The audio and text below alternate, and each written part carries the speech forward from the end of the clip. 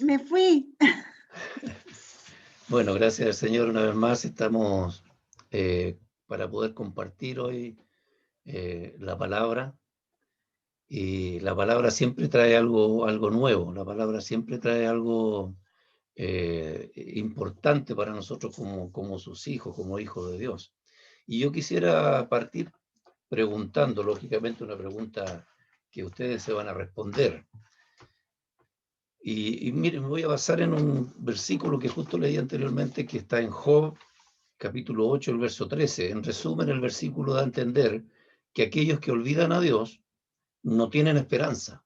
Esto en Job 13, con 13 y 14.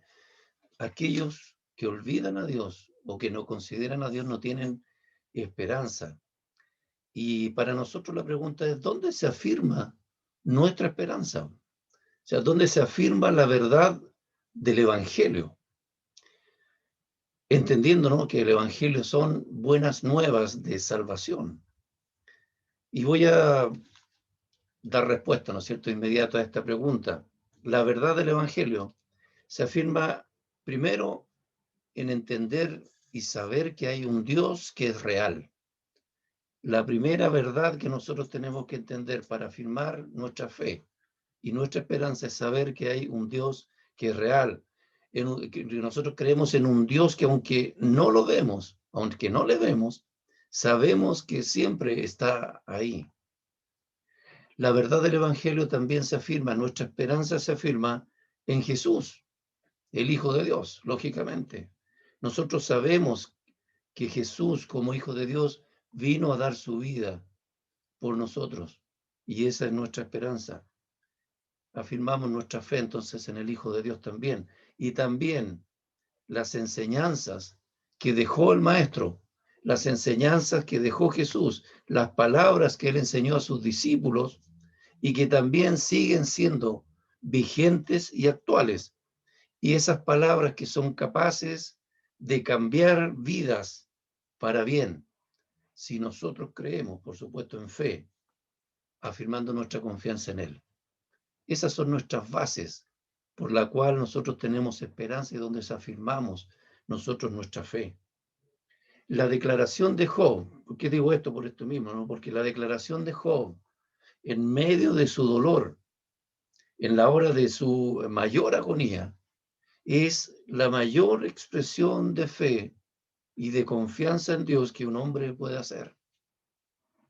Yo sé, dice en capítulo 19, verso 25, hoy lo vamos a ver un poco en más profundidad. Yo sé que mi Redentor vive. Y esta palabra en el escrito original, cuando Job dice, yo sé que mi Redentor, está hablando acerca de mi Goel. La palabra original es Goel. Yo sé que mi Goel vive. Y Goel en el término hebreo, ¿no? En el término usado por los israelitas, Goel es un término legal.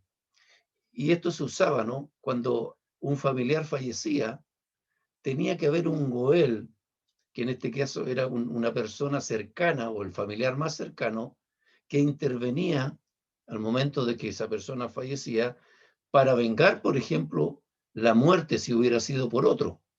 Si era un homicidio, entonces el Goel venía a vengar la muerte de su pariente. Esa era una de las obligaciones o responsabilidades de este Goel.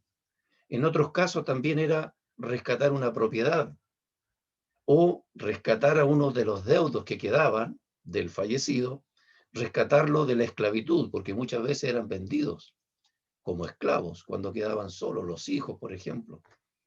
O asegurar la descendencia de un pariente fallecido. O sea, tenía que casarse el pariente más cercano, el varón más cercano, tenía que casarse con la viuda del fallecido. Entonces ahí actuaba el Goel, que era como el redentor, ¿no? El que intervenía, ya el que se veía de intermediario. En el Antiguo Testamento se utiliza mucho este término.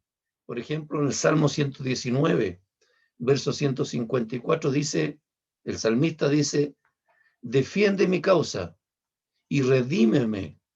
O sea, lo que está diciendo el salmista, sé tú mi Goel, sé tú mi defensor, sé tú mi liberador, mi redentor. Proverbios capítulo 23, verso 11 dice, porque el defensor de ellos, cuando habla de los huérfanos, dice que el defensor de ellos, el Goel de ellos, es el fuerte, hablando de Dios, el cual juzgará la causa de ellos contra ti, si la persona hacía daños a los huérfanos. Ahora aquí aparece un término más que agrega, ¿no?, a las características de este Goel, que era que también tenía la autoridad como juez. En Isaías, capítulo 41, verso 14, Dios habla a su profeta, Dios habla a Isaías para que le diga al pueblo, no temas, gusano de Jacob, oh vosotros los pocos de Israel, yo soy tu socorro, dice Jehová. El Santo de Israel es tu redentor. El Santo de Israel es tu Goel, el que te libera. Por lo tanto, ellos no tenían que tener temor, porque ahí estaba su Dios como su Goel. Y muchas veces el pueblo de Israel clamó a su Dios, a su redentor, como el Goel, como el liberador, como el juez o como el pariente cercano que iba en su auxilio. Para nosotros, y esta aplicación la encontré en una declaración que hace un comentarista, Schaeffer, y él dice, para nosotros, Jesús vino a ser nuestro Goel mediante la encarnación, porque él se hizo nuestro pariente más cercano cuando vino a la tierra, ¿no? Y la historia de Boaz y Ruth, yo sé que alguna vez la hemos visto, la trataron también las damas, en la historia de Boaz y Ruth, Boaz es tipo de Cristo, es el Goel que viene al rescate de la posesión perdida, en este caso de sus parientes, al casarse con Ruth, que viene a ser tipo de la iglesia. Mire qué lindo, ¿eh? El Goel, el Boaz, eso es Cristo para nosotros. Y esto lo escribe, como le digo, un comentarista, Schaeffer, que es muy conocido. En el sentido más alto, también dice otro comentario, Goel se aplica a Dios, porque el autor de la vida es Él. Y la misión o la tarea que Dios mismo se da principalmente es, en su gracia, en el favor que Él hace a la humanidad, es redimirla, liberarla de la muerte. Eso es lo que hace Dios por la humanidad cuando envía a Jesús. Nuestra esperanza está basada en un Dios real. Yo sé que mi Goel, dice Job, vive. De hecho, en el capítulo 16, el verso 19 del mismo libro de Job, Job dice, más he aquí en los cielos está mi testigo y mi testimonio en las alturas. Mi Dios, está diciendo él, desde los cielos da testimonio de mi vida. O sea, él está viendo todo lo que me está pasando. Él está viendo toda mi situación y nada de lo que hoy estoy viviendo altera el hecho de la verdad que mi Dios, mi Redentor, vive. O sea, las situaciones no alteran esa esperanza que él tenía en su corazón. Por eso él dice, mi Redentor, mi Goel, porque él es real, porque su Dios es real, porque Dios ha estado con él. Y él hace declaraciones en algunos capítulos anteriores, cómo Dios estuvo con él. Él da a entender que él está ahora con él y estará también en el futuro. Él estará conmigo. La vida de Job nos da a entender que las circunstancias, las situaciones de dolor, de aflicción, de enfermedad, no alteran la verdad de que Dios es real. Eso no lo afecta y de que está atento siempre también al clamor de sus hijos. O sea, no porque estemos pasando una situación complicada, hoy día estamos pasando con situaciones complicadas en medio de estas pandemias, enfermedades y situaciones políticas que se presentan. Dios igual está. Dios no deja de estar. Dios no deja de ser. Job colocó su confianza en Dios, aquel Dios real para él, que era un ser vivo. Eso lo da a entender. Alrededor de las comunidades de Job existían muchas comunidades paganas. Y estos hombres, ¿no?, estas tribus paganas, tenían muchos dioses. Y estas personas depositaban su vida en estos dioses. depositaban su confianza en estas esculturas hechas de piedra, de madera. Ahí depositaban ellos su fe. Y hoy día, bueno, nosotros vemos también hoy en día que hay tantas personas que claman también a dioses, entre comillas, falsos, ¿no? Religiones falsas que les llevan a creer y a confiar su vida, incluso en líderes religiosos o líderes políticos.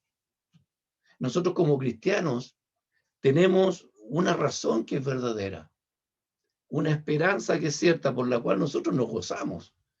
Nosotros afirmamos nuestra fe en esta esperanza cierta.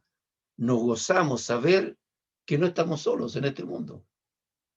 De hecho, el Señor, antes de subir al Padre, ahí en Juan capítulo 14, el verso 16 al 18, el Señor dice, yo rogaré al Padre y les dará otro consolador, el Espíritu Santo, aquel que el mundo no puede recibir porque no le conoce, pero ustedes sí le conocen. Y Él es el que mora en ustedes y Él es el que está con ustedes hasta que yo venga para buscarles, hasta que yo venga por ustedes. Esa es una promesa y esa es una promesa verdadera y real que nosotros como hijos de Dios también anhelamos y estamos esperando. Luego sigue Job diciendo, yo sé que mi Redentor vive y al fin se levantará sobre el polvo. Esta es una palabra profética totalmente. Y al fin se levantará sobre el polvo. Pablo en 1 Corintios 15:20 confirma lo que Job había dicho tantos años atrás. Mas ahora, dice Pablo, Cristo ha resucitado de los muertos. Primicia de los que durmieron es hecho. Al declarar estas palabras, Job está hablando como profeta y él está descubriendo, y esto es interesante para nosotros, está descubriendo un gran misterio, que es el misterio de la resurrección. Job hablaba ya de Jesucristo como mirándole en el presente, en su presente. Y habla de esta resurrección. La resurrección de Jesús es la verdad donde nosotros afirmamos nuestra fe. Sin la resurrección, el apóstol Pablo también lo dice, ¿no? Vana sería nuestra fe. 1 Corintios 15:17. Es interesante si pueden leer todo el capítulo de 1 Corintios 15, ahí habla acerca de estos temas de la resurrección. Y él dice así, Pablo, vana sería nuestra fe si Jesús no hubiera resucitado. Nosotros tenemos afirmada nuestra fe en el mismo Jesús redentor de Job, en el mismo Jesús Goel, que tenía puesta su fe Job, el Jesús de la Biblia. No solamente el Jesús histórico, nuestra fe está basada en el Jesús de la Biblia. El Jesús histórico es un Jesús donde se ve, se estudia y se analiza como el hombre que fue aquí en la tierra y que para muchas religiones también existió, pero fue solamente un profeta, un hombre más. Para nosotros Jesús es el Hijo de Dios, aquel que murió y resucitó. Jesús, el Hijo de Dios que caminó en esta tierra, pero que hoy está a la diestra del Padre. Vive a la diestra del Padre hoy. La Biblia dice también que los cristianos, al morir, dormimos. O sea, la muerte es igual a dormir para el que es cristiano, para el que tiene su fe puesta en el Señor. Y esto tiene que ver con nuestro cuerpo, ¿no? Dormimos en nuestro cuerpo. Pablo también dice, en 1 de Tesalonicenses 4:14, dice, porque si creemos que Jesús murió y resucitó, así también, y aquí viene la promesa para nosotros, traerá Dios con Jesús a los que durmieron en él. Cuando un hijo de Dios sale de esta tierra, se va de la tierra, su cuerpo se va a la tierra, él está durmiendo. Y eso debe ser nuestra esperanza y nuestro gozo. Podemos pensar, un día vamos a vernos con aquella persona que amamos y que se fue con el Señor. Es nuestra esperanza. Y así como el Redentor se levantará del polvo venciendo la muerte, Job dice, aunque mi piel, y esta parte es muy fuerte pero es importante, aunque mi piel se caiga a pedazos, en mi carne he de ver a Dios, otro cuerpo. En mi resurrección he de ver al Señor, al cual veré por mí mismo, y mis ojos lo verán, y no otro, aunque mi corazón desfallece dentro de mí.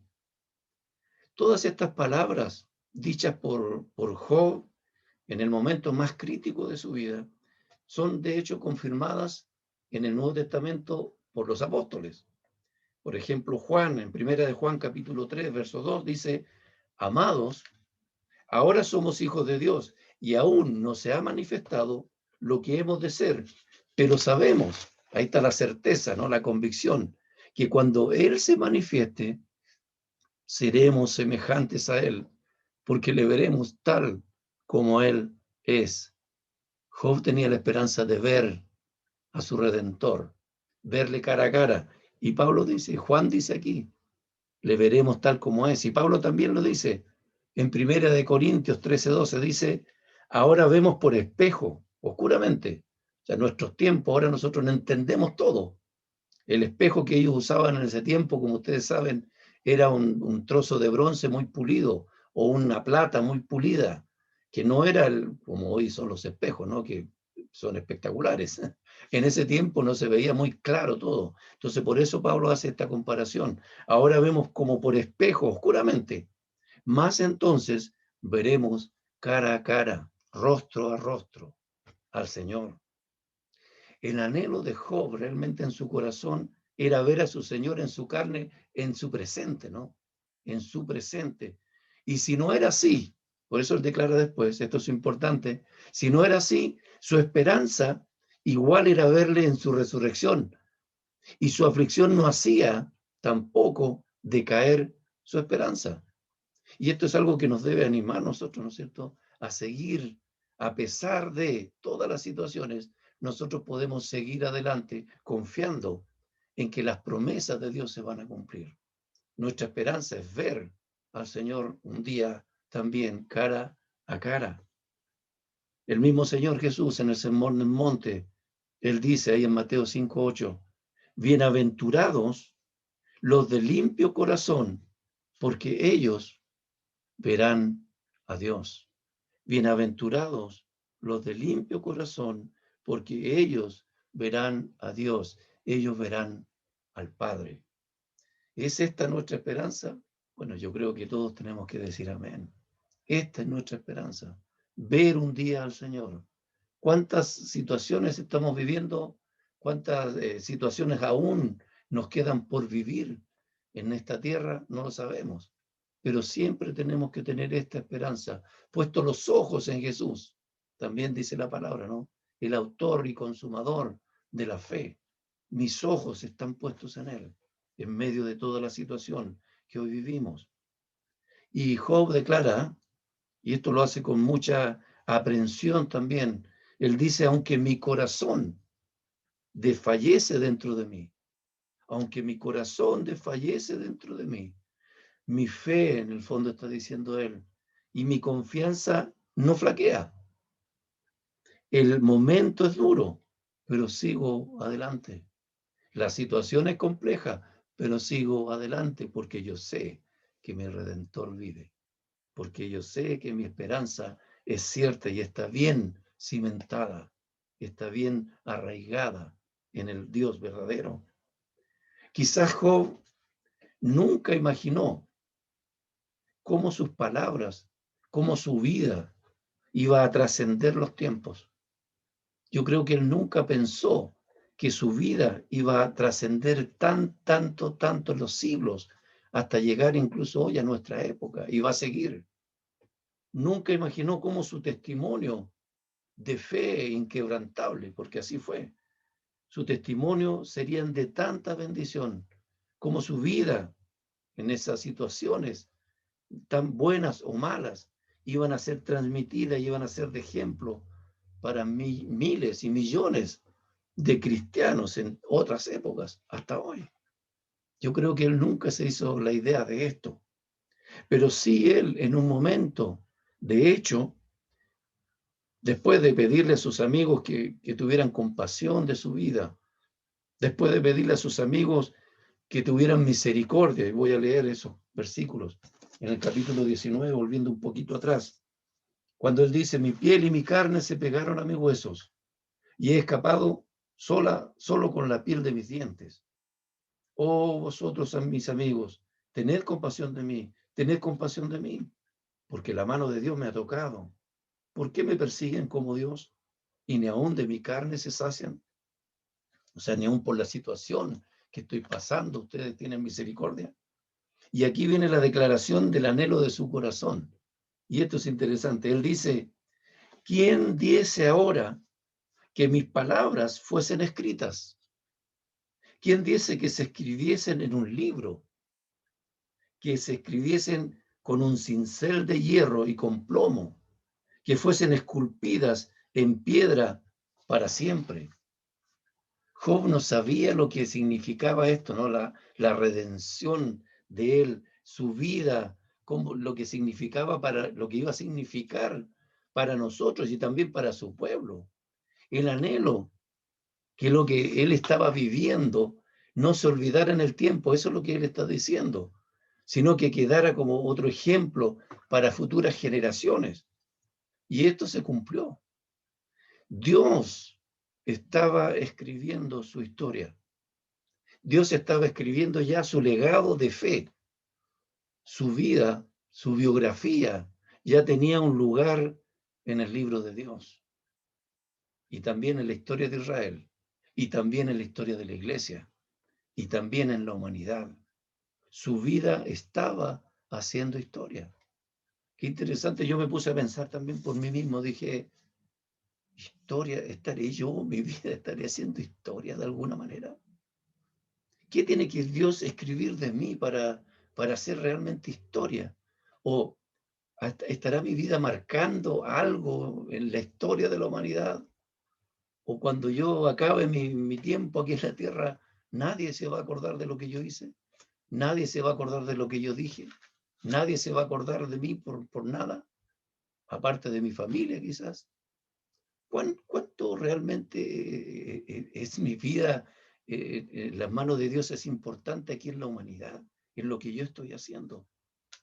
Si Dios estaba escribiendo la historia de Job, Dios también está escribiendo nuestra historia. Y llegué a esa conclusión. Lo tomé como un punto como para destacar, ¿no?